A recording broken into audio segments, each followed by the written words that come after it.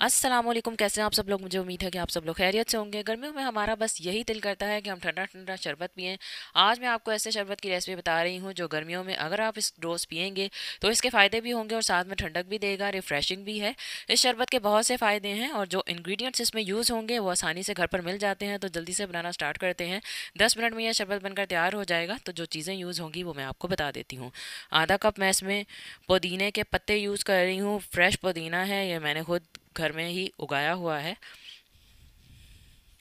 1 cup मैं इसमें गुड़ ऐड कर रही हूँ, यानी 240 ग्राम्स का मेरा कप है।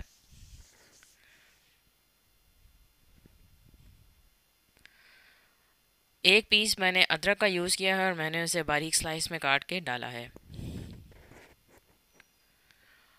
1 खाने का चम्मच मैं इसमें पिसी हुई सौंफ यूज़ कर रही हूँ, यानी सौंफ का पाउडर जिसे मैंने खुद पीसा है।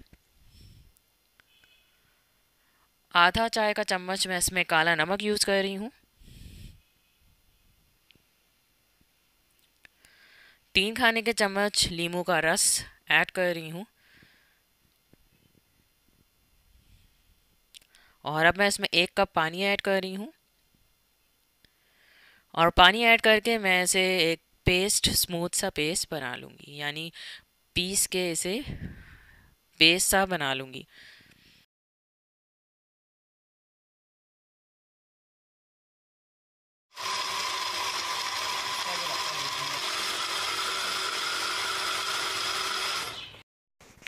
सारी चीज़ें अच्छी तरह ब्लेंड हो गई हैं और अब मैं इन्हें छान लूँगी।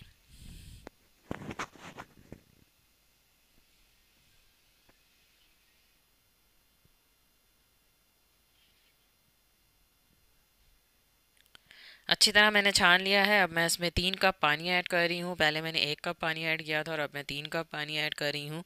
ये शरबत जो है तकरीबन 1 लीटर शरबत बनकर तैयार हुआ है।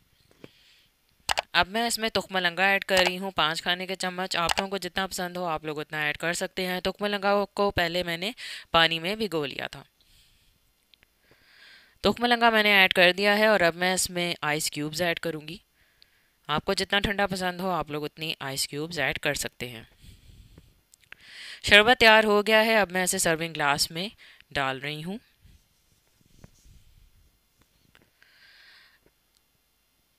तो आप लोग भी इस शरबत को गर्मियों में ज़रूर पीजिएगा। मुझे उम्मीद है कि आपको मेरी ये रेसिपी पसंद आई होगी। अगर आपको मेरी रेसिपी अच्छी लगी है तो इसे लाइक करें, शेयर करें और मेरे चैनल को ज़रूर सब्सक्राइब करें। अल्लाह हाफिज़।